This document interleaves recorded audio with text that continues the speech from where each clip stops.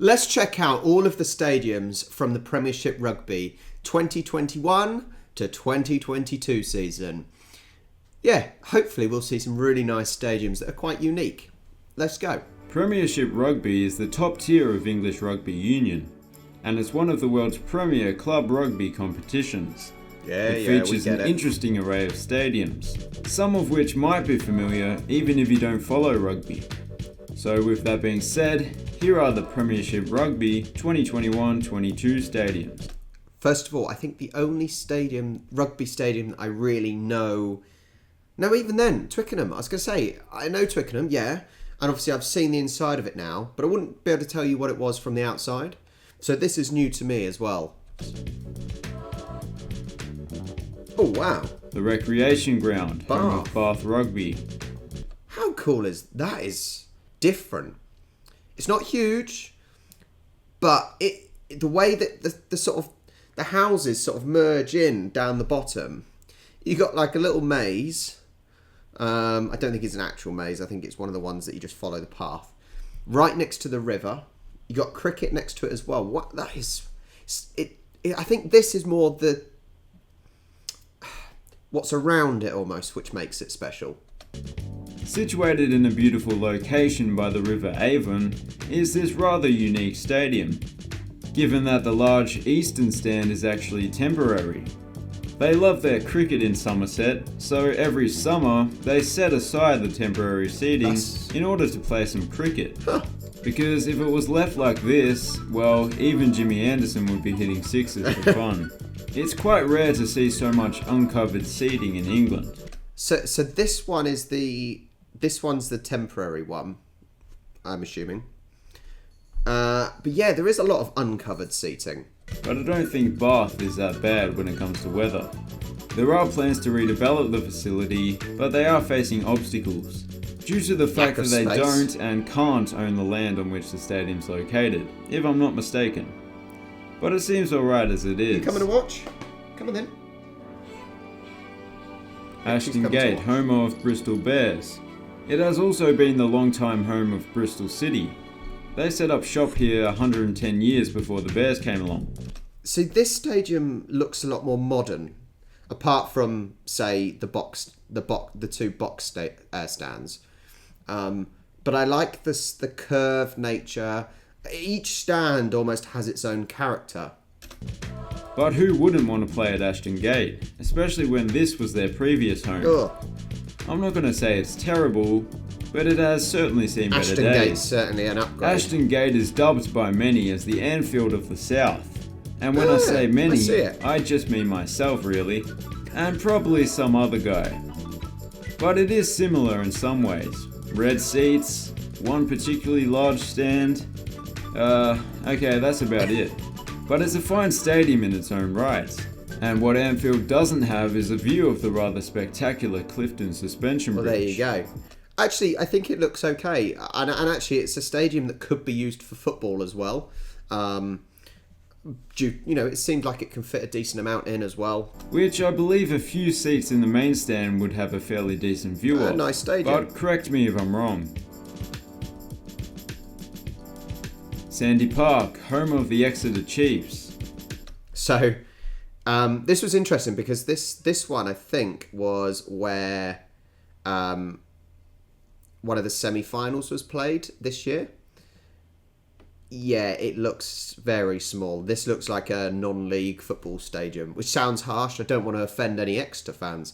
I think there was plans to... Is there plans to renovate it, I think? Correct me if I'm wrong.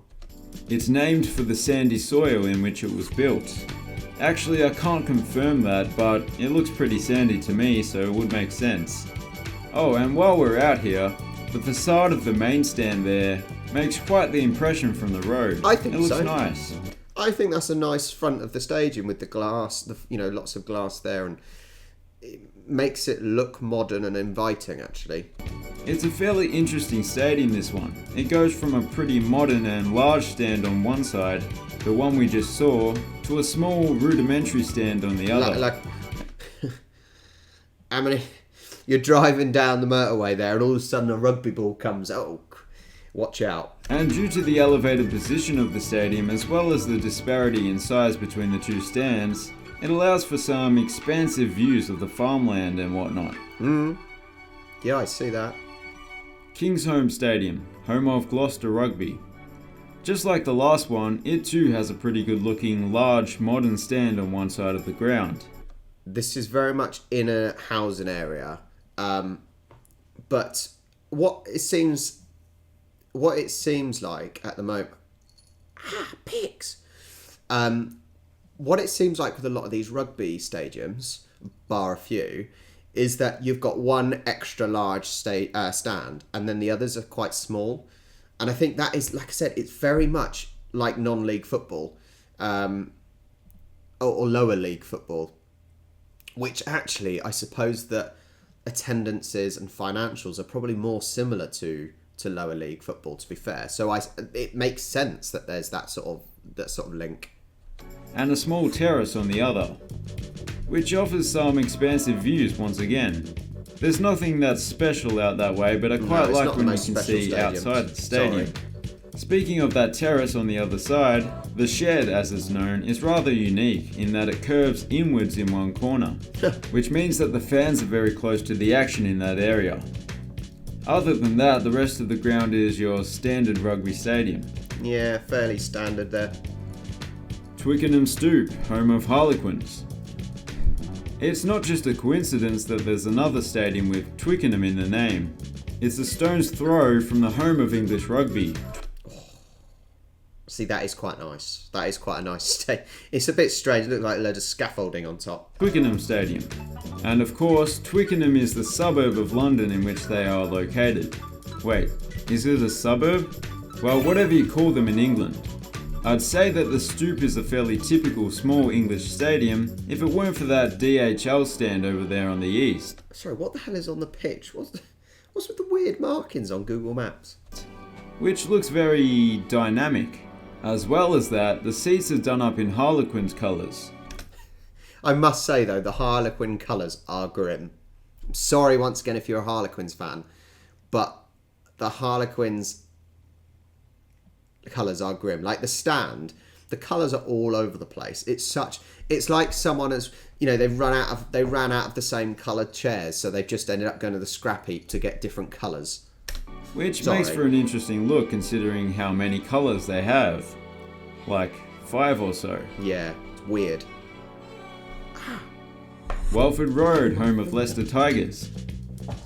This one is also a stone's throw from a larger stadium. Once again, though. This time it's the KP, home of Leicester City. Once again, it may be smaller, but Welford stand. Road definitely has more character. Each stand reminds me of another stadium. The North Stand reminds me of Ashton Gate. The West Stand reminds me of Brentford's new stadium.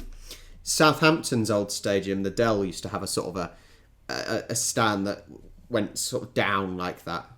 A little bit similar to this, where it slopes down and it's almost a bit of a triangle. That you'll see soon. As for the other two, well, there are innumerable stadiums in England with similar stands. This one's one of my favourites, and the fans seem to agree. It had the highest average attendance in the 2019-20 season, at just shy of 20,000. That's not bad attendance. The aforementioned Brentford Community Stadium, come on, home of the London Exiles. Irish. Yes, it was primarily built for Brentford Football Club, who are now in the Premier League. They are certainly the secondary tenants. I say that because London Irish do have the lowest average attendance. But I'm sure they'll get an uptick this season. It's worth buying a ticket just to take a look at the stadium, if anything. This coming season, I am planning on going to the Brentford Stadium to watch London Irish. London Irish are now my team, especially hopefully on something like St. Patrick's Day. That'll be really good fun. And if for example, any of my subscribers or anyone on the Discord want to come along as well, have a few beers before and possibly afterwards.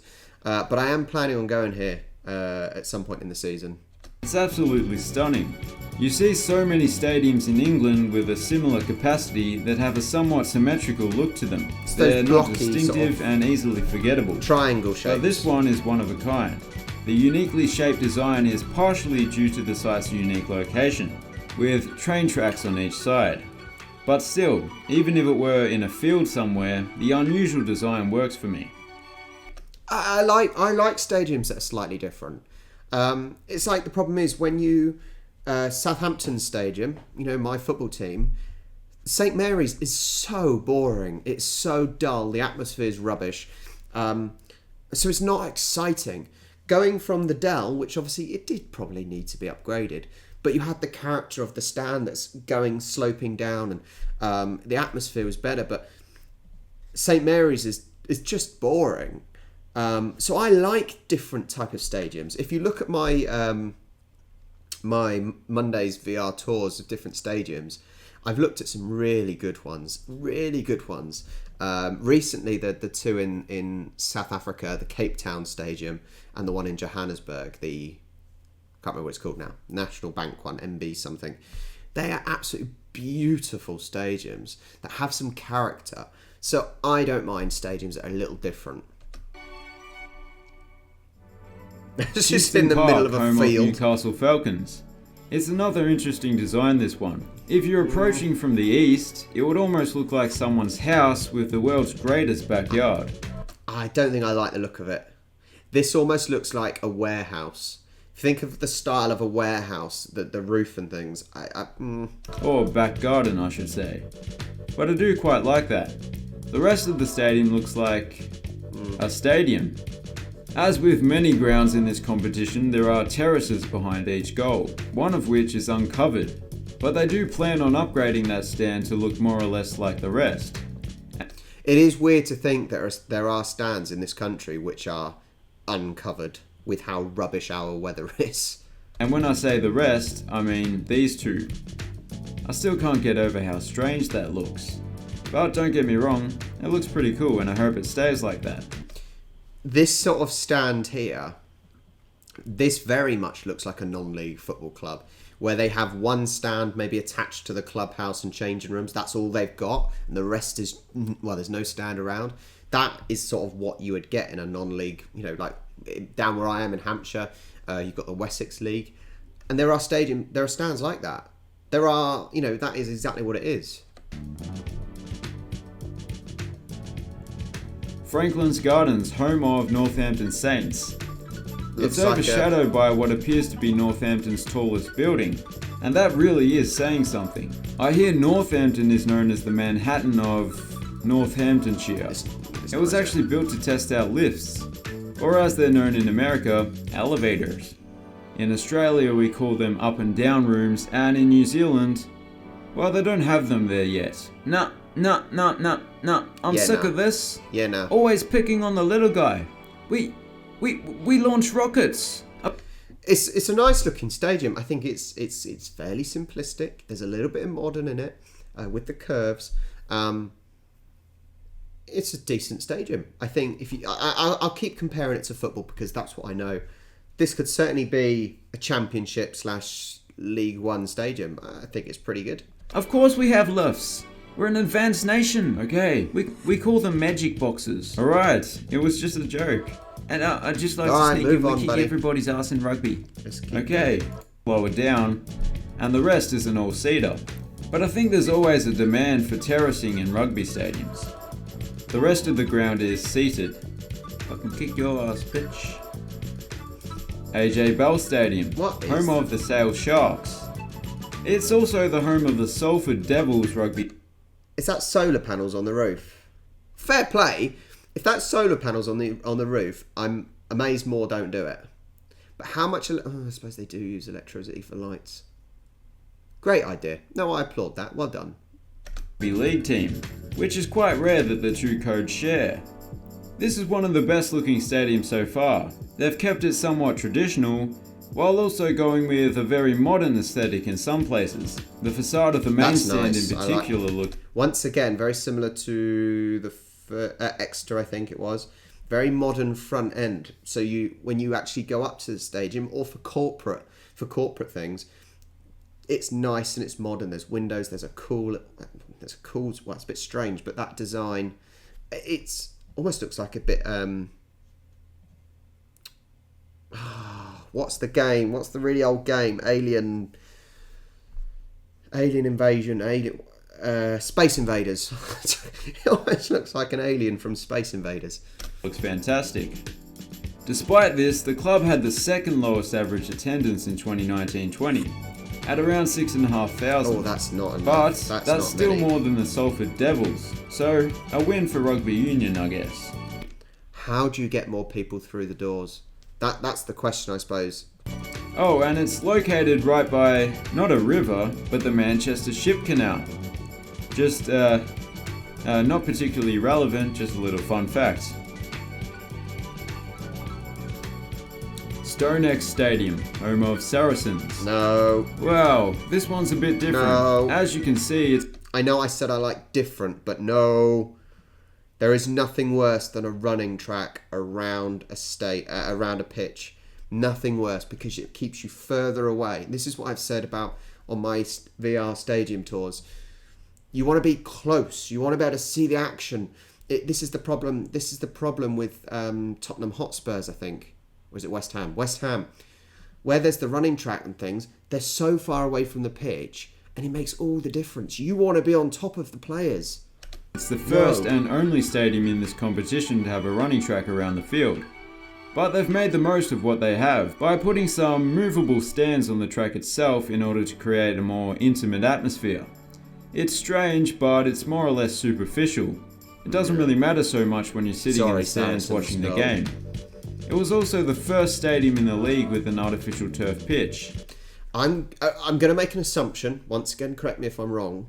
I'm going to make the assumption this was given to them, or there was the running track, and it was almost given to them by some authority or whatnot. Hence, that seems to be the main reason why stadiums are on running tracks, and clubs have them, because they're given to them, and therefore it's cheaper.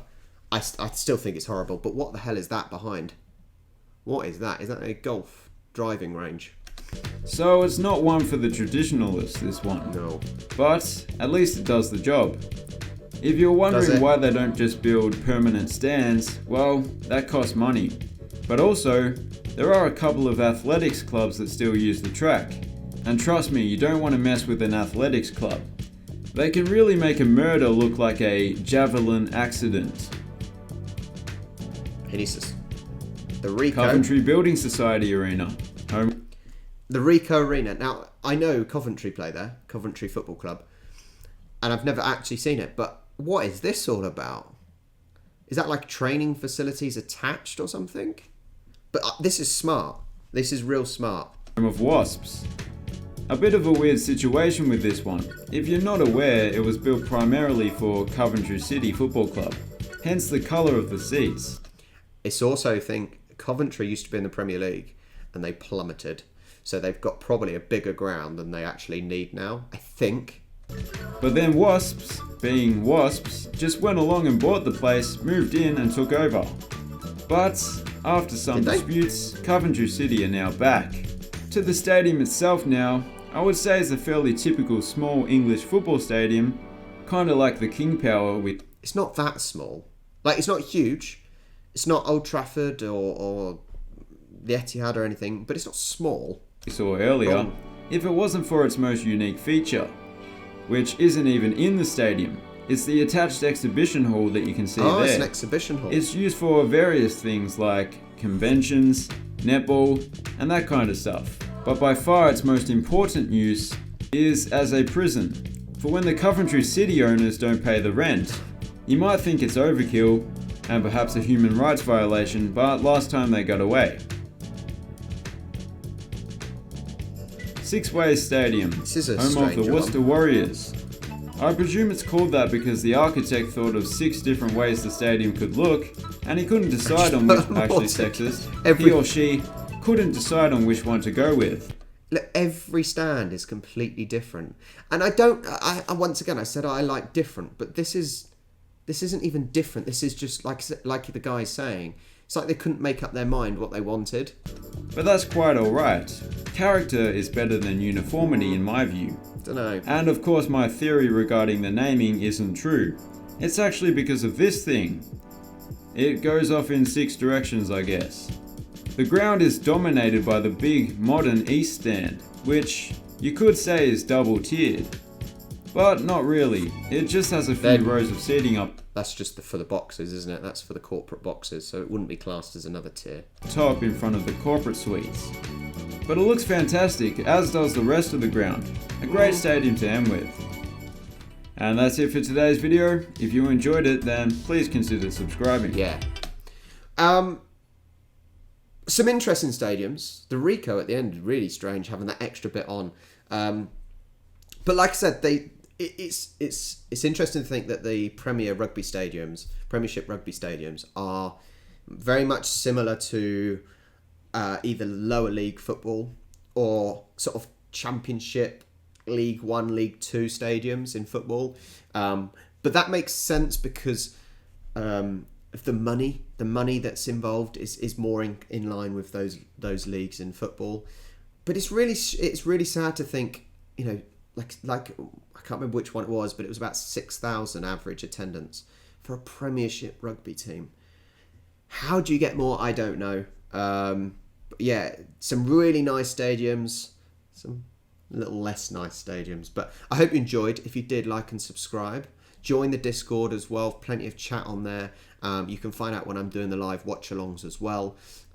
There's Buy Me a Coffee, a little bit like Patreon. So if you want to support me, you don't have to, but it will be amazing and so kind. There's also merchandise, things like this. Check that out, all in the description below. Thanks for watching. I'll catch you next time.